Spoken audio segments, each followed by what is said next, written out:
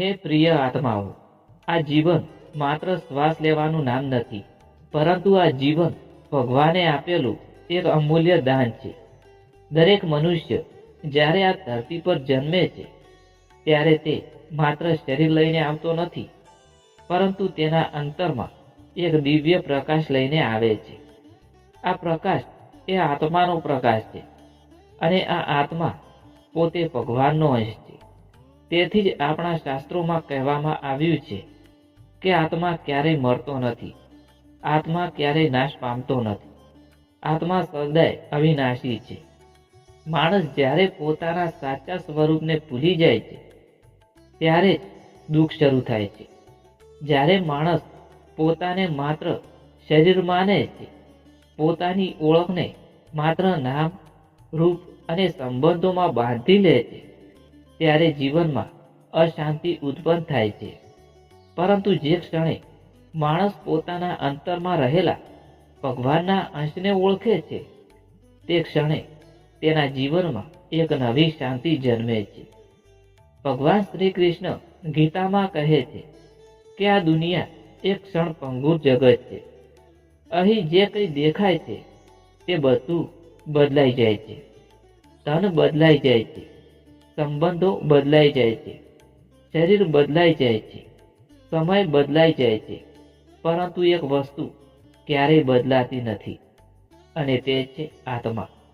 જે મનુષ્ય આ સત્યને સમજવા લાગે છે તે ધીમે ધીમે દુનિયાના દુઃખો પરથી ઉઠવા લાગે છે. જીવનમાં જ્યારે મુશ્કેલીઓ આવે છે ત્યારે ઘણા લોકો નિરાશ થઈ જાય છે, પરંતુ સાચો આધ્યાત્મિક માણસ મુશ્કેલીમાં પણ ભગવાનનો સંદેશ શોધે છે. કારણ કે દુઃખ આપણને તોડવા માટે નથી આવતું, દુઃખ આપણને જાગૃત કરવા માટે આવે છે. ઘણીવાર માણસ સુખમાં ભગવાનને ભૂલી જાય છે, પરંતુ જ્યારે દુઃખ આવે છે ત્યારે તે ભગવાનને યાદ કરે છે. તેથી જ કેટલાક સંતો કહે છે કે દુઃખ પણ ભગવાનની કૃપા છે, કારણ કે તે આપણને સત્ય તરફ પાછા લાવે છે. મનુષ્યનું મન બહુ ચંચળ છે મિત્રો. મન ક્યારેક આનંદમાં હોય છે તો ક્યારેક દુઃખમાં ડૂબી જાય છે, ક્યારેક આશામાં ઉડે છે તો ક્યારેક નિરાશામાં પડી જાય છે. પરંતુ જે મનુષ્ય પોતાના મનને ભગવાનના ચરણોમાં અર્પિત કરે છે તે ધીમે ધીમે મનની અશાંતિથી મુક્ત થવા લાગે છે. ભગવાનનું નામ એ માત્ર શબ્દ નથી, ભગવાનનું નામ એક શક્તિ છે. જ્યારે માણસ શ્રદ્ધાથી ભગવાનનું સ્મરણ કરે છે ત્યારે તેના અંતરમાં એક અજાણી શાંતિ ઉત્પન્ન થાય છે. આ શાંતિ બહારની કોઈ વસ્તુથી મળતી નથી, આ શાંતિ માત્ર ભક્તિથી મળે છે. જ્યારે માણસ ભક્તિમાં ડૂબી જાય છે ત્યારે તેના જીવનની દિશા બદલાઈ જાય છે. તે પછી તે દુનિયાના નાના મોટા ઝઘડાઓમાં અટવાતો નથી, તે પછી તે લોકોની ખોટી વાતોથી તૂટી પડતો નથી, કારણ કે તેને સમજ પડી જાય છે કે આ દુનિયા એક નાટક છે અને આપણે બધા તેમાં ભૂમિકા ભજવી રહ્યા છીએ. કોઈ રાજા બને છે, કોઈ ગરીબ બને છે, કોઈ ખુશ હોય છે, કોઈ દુઃખી હોય છે, પરંતુ અંતે બધું સમયના પ્રવાહમાં વહી જવાનું છે. તેથી જ જ્ઞાની માણસ આ બધું જોઈને પણ અંદરથી શાંત રહે છે. ભગવાન કહે છે કે મનુષ્યનું સાચું સુખ બહાર નથી, સાચું સુખ અંદર છે. પરંતુ માણસ બહાર શોધતો રહે છે. કોઈ ધનમાં સુખ શોધે છે, કોઈ પ્રસિદ્ધિમાં સુખ શોધે છે, કોઈ સંબંધોમાં સુખ શોધે છે. પરંતુ જ્યારે આ બધું બદલાઈ જાય છે ત્યારે માણસ ફરી ખાલીપણું અનુભવતો રહે છે. કારણ કે જે સુખ બદલાઈ જાય છે તે સાચું સુખ નથી. સાચું સુખ તો એ છે જે આત્માની અંદર વસે છે. જ્યારે માણસ ધ્યાનમાં બેસે છે, જ્યારે તે ભગવાનના નામનું સ્મરણ કરે છે, ત્યારે તે પોતાના અંતરમાં ઉતરે છે. ત્યારે તેને અનુભવ થાય છે કે જે શાંતિ તે દુનિયામાં શોધતો હતો તે તો તેની અંદર જ હતી. ક્યારેક જીવનમાં લોકો આપણાથી દૂર થઈ જાય છે ત્યારે જે લોકો પર આપણે વિશ્વાસ રાખીએ છીએ તે જ આપણને દુઃખ આપી જાય છે. આવી પરિસ્થિતિમાં ઘણા લોકોનું દિલ તૂટી જાય છે, પરંતુ એક ભક્ત જાણે છે કે કોઈ પણ ઘટના ભગવાનની ઈચ્છા વગર નથી થતી.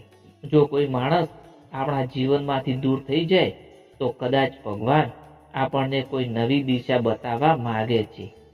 તેથી જ આધ્યાત્મિક માણસ દરેક પરિસ્થિતિમાં ભગવાન પર વિશ્વાસ રાખે છે.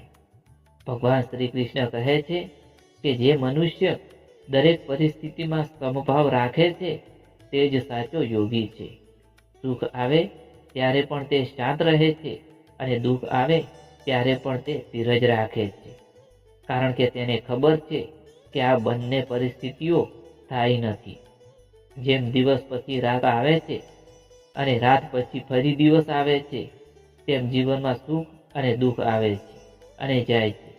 પરંતુ જે મનુષ્ય ભગવાનના નામમાં સ્થિર થઈ જાય છે તે આ બંનેથી ઉપર ઉઠી જાય છે. ભક્તિ એ કોઈ મુશ્કેલ માર્ગ નથી મિત્રો, ભક્તિ એ પ્રેમનો માર્ગ છે. જ્યારે માણસ ભગવાનને પોતાના સૌથી નજીક મિત્ર તરીકે માને છે ત્યારે તેની પ્રાર્થના સ્વાભાવિક બની જાય છે. તે ભગવાન સાથે વાત કરે છે, પોતાના દુઃખ કહે છે, પોતાની ખુશી વહેંચે છે અને ધીમે ધીમે તેને અનુભવ થાય છે કે ભગવાન તેની અંદર જ બેઠા છે. જ્યારે માણસ આ અનુભવ સુધી પહોંચે છે ત્યારે તેના જીવનમાં એક અદ્ભુત શાંતિ ઉત્પન્ન થાય છે. તે પછી તેને બહારની પ્રશંસા કે નિંદાથી કોઈ ફરક પડતો નથી, કારણ કે તેને સમજ પડી જાય છે કે દુનિયાની વાતો તો ક્ષણિક છે. સંતો કહે છે કે મનુષ્યએ પોતાના જીવનમાં 3 વાતો ક્યારેય ભૂલવી જોઈએ નથી. પ્રથમ છે ભગવાનનું સ્મરણ, બીજું છે સારા કર્મ અને ત્રીજું છે સારા વિચારો.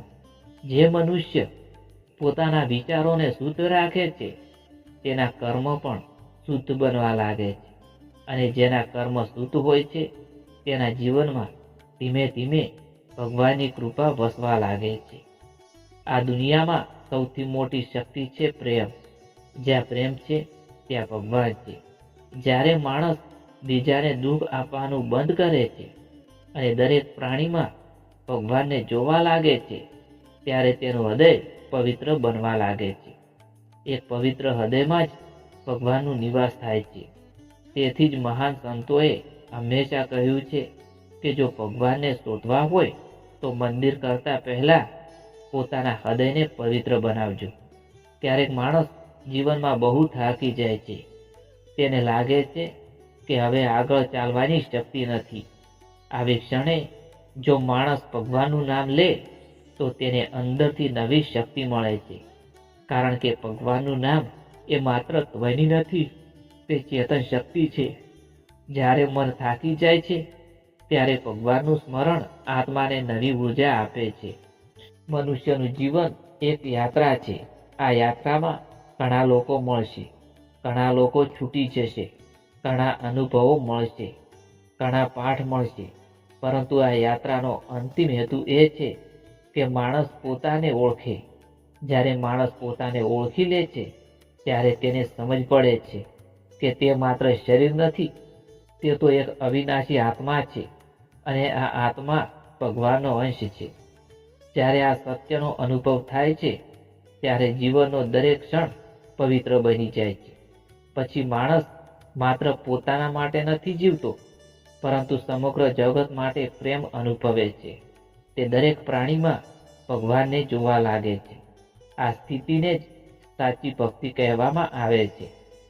આથી જ હે પ્રિય આત્માઓ, જીવનમાં કેટલાય સંઘર્ષ આવે, કેટલાય દુઃખ આવે, પરંતુ ભગવાન પરનો વિશ્વાસ ક્યારેય ન છોડશો, કારણ કે જે માણસ ભગવાનને પકડી રાખે છે તેને કોઈ પણ તોફાન તોડી શકતું નથી.